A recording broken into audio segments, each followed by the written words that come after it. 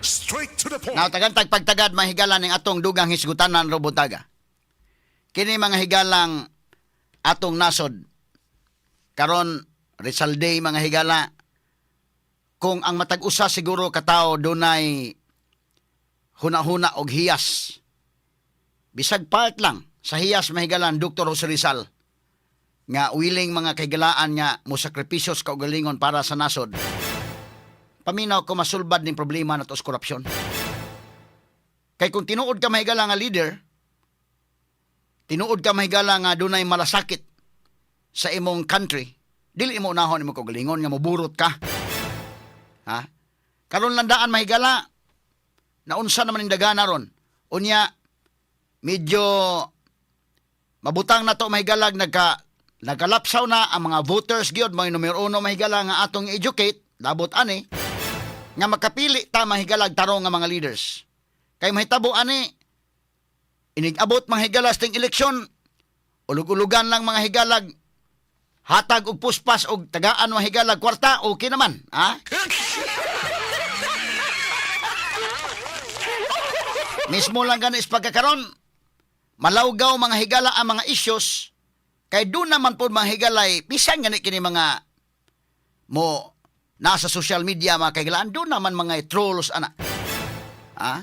Kini mga tawhana dawat mga higala og kwarta mga kaigalaan gikan sa mga politiko mo na malawgaw ang analysis. Simple naman ni kanang analisa ron. Kining hitabo ron mga kaigalaan nga flood control project, flood control scandal. Klaro man na kayo.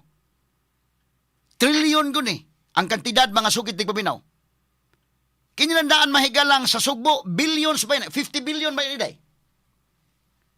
Kana mga higalang sa 7th District, nasa mga 30 billion kapindekin. Kana siya, masubay man na, dili man na ingon niya, dili lisod subayon. Ang ato mga congressmen landaan sa Cebu, pila ka billions ng ilang naa, hilom pastirana ni mga tawhana ron. O kana may atong pangutan-on sa nga, explain na economy, asa man napunta ang kwarta. Muna nga, kadto mahigalang doon ay mga prinsipyo, makakuyog yun sa atong diskusyon bitaw, nagaimig kwintada kay kwarta mas mga tao. Pero kadto mga higalang mga lahi pod og dagan sa ilang hunahuna. Kadto mga binayran mga sukitig paminaw ato lang sa tos lang kuanon kay mao po na ilang panginabuhi, ha? Ila po nang gi maluoy nila sa tanila mahigala. Di man kag namaligya kag prinsipyo nimo aron nga malawgaw ba? Karon kanilang daan kinahitabo ni Libiste. Mahibaw-an man nimo dunay mga nanglawgaw. Inay mga kaigalaan nga umo-analisar kag tarong. Namatay naman si Cabral, di amay nabinlan sa file si Cabral. Inay nga ato ni susihon, mayo kay nabinlan ka. Ato kunong i-check na. Taga-ekonomi og kopya ana, ato kunong i-verify. Ana ono ta nimo, giguba ang credibility. Unya, ang mga turutot na may galam, ingon na, si Libiste siya may kwan. So si Libiste na nunto na focus ni Libiste day. Nga si Libiste na ang iyang credibility may giguba. Unsa may kasulbaran sa tong nasod anang kalakiha, kung apil mga kaigsunan ang mga tao, nga karon pa lang, layo pang eleksyon, doon na mga binayran, nga mga trolls, nga mo apil o panglawgaw. Magpasalamat lang ta nga mas daghan yun ang mga tao nga doon ay ligon nga prinsipyo. Straight to the point. Imo analisaron, kini nga particular issue. Pagkamatay ni Cabral, kay si Cabral man mahigala mo nagdaan ang tanan nga mga files, siya may nahibaw ang tanan. O seryoso pa unta ang Marcos administration, sa buhi pas Cabral, gisecure na tanan files. Kisa may naglansak anang computer ni Cabral Indekin. Straight to the point. Wala niyo masubay dahil sa iyang CCTV. Karon namatay mga higalas Cabral. Medyo mura mahinuon ba ka ng, okay, wa na, di na ta maka-build up o kaso, di na ta maka-build up o kaso, kay wa naman. Patay na mas Cabral. Ni ang mga higalay usa ka congressman, nga niingon nga sa wa pa mamatay si Cabral, nabinlan ko kape. Inay mga kaigalaan nga, uy, salamat. Tinuod lang ka ba? Prangka-prangka lang bitaw nga istorya. Ato lang analisaron o tinuod ba? Nabinlan ka kape, mas may noon, pwede ba may makakitaan ng kopya, ha? Atong i-verify ka ng maong kape, nya atong i-check sa ubang mga ebidensya. Kay basig mo kon man ay maklaro man na day. Taga imig kopya atong i-verify. Ani tabo inon mahigala imbisigaron kay ngano kuno nga mao ni mauna. Unya kining kuno pagkakuha igiguba nila karon si Libiste ang pagkakuha kuno ining maong dokumento ni Libiste nila pinugos. Masa man naglayog silang Cabral pagkuha ana. Simple naman na i-check ng CCTV. Straight to the Kompleto point. mag CCTV ng DPWH. Daghang kwarta DPWH. Mismo ganito sa regional office. Good morning niyo tanan diha mga taga DPWH. Kay bao kung doon ay mga tarong ninyo diyang naa. Kini akong komentaryo para ni sa mga buaya. Pero kay bao kung doon ay mga tarong pang nahabilin. Kamu diha, klaro man ang daan ng CCTV. Nabita may reporter ipada diha. Naklaro naman yung daan, kinsa nang mga reporter sa gate. O pasudlon bagdi. O mangutan na ta mga higalang, naabas direktor mo. Ingalang awa.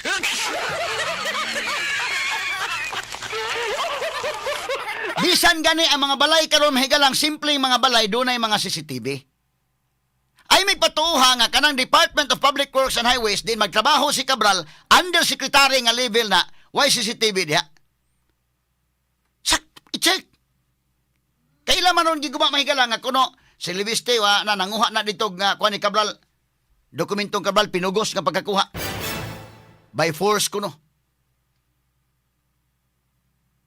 Naunsa naman ning kalakiha mga kaigalaan. Pareha ba ning kinini ang unsa man naglayog sa ni Cabral, nagpakita pag picture nga naaman kunoy samad si Cabral. Sa naglayog sa Libiste, si Libiste naglinanayugay sa Cabral. Double check ko ng CCTV. Sa'yo na mag... Kananong... Dili ko ta... Sus, Ginoo ko. Ako di na lang ko mo... Bubuhi o mga po nga ko ano kay medyo... Undi ba ta mga higala. Straight to the point. Patay na si Cabral. May wa na. Patay na mas Cabral. So, unsa man malipay na mo mga congressmen? Kamo mga senators, wala na. Patay naman. Wala na. Di na ma-build up ang kaso. Mga kaigsunan, pareha ba na, naniha? Hindi, Ken, doon ay magtukod kag building day. Doon ay magtukod o building. Inigtukod o building, mga kaigsunan, maingon, ang engineer nga maoy nagda sa plano. Sus, namatay man, moro ba ito nakasabot sa tanan kay? Moro ba ito nakasabot sa tanan itong mga engineer? Namatay naman, di na. Di na ginamahumaning baya, kaya namatay na. Kaya ang plano to man niya, ambot, asa na katong ubang kopya. Ang soft, kuan day copy day. Wa na, patay na mga engineer. Di na nito mahuman yung mga balay. Mao ba? O nakalimingon nga foreman day kano niya, natagaan ko kopya sa pamamatay si engineer, di ako'y akong kopya. O ikaw doon na kay tuyo gyud nga humano ng balaya, masuko ka nga ngano ka magkopya, unsa man asa man gyud sa manimo. Wala na, na pwede na imong kopya kay wa na. Dapat si engineer gito, ikaw di nakakuan. Simple ang mga higala.